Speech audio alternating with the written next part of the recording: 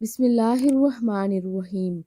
زینب T V کی طرف سے میں آپ لوگوں کے ساتھ بہت ہی پیاری ویڈیو شیئر کرنے جا رہی ہوں کہ رزق دروازے توڑ کر آئے گا۔ رسول اللہ صلی اللہ علیہ وآلہ وسلم کا ارشاد گرامی ہے کہ جو آدمی گھر میں داخل ہوتے وقت 3 باتوں کا اہتمام کرے، رزق اس کے دروازے توڑ کر آئے گا۔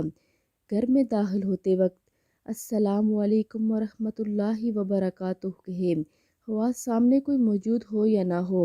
اس کے بعد ایک مرتبہ سورۃ اخلاص پڑھے، قل هو اللہ احد اللہ الصمد لم یلد ولم یولد ولم یکن لہ کفوا احد۔